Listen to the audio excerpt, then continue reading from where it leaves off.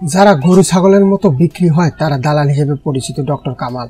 যারা গরু ছাগলের মতো বিক্রি হয় তারা দালাল হিসেবে পরিচিত বলে মন্তব্য করেছেন গণফোরাম সভাপতি ও জাতীয় ঐক্যফ্রন্টের আহ্বায়ক ডক্টর কামাল হোসেন।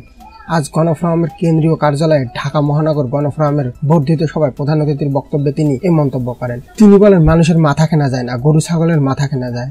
যারা গরু ছাগলের মতো বিক্রি হয় তারা দালাল হিসেবে পরিচিত।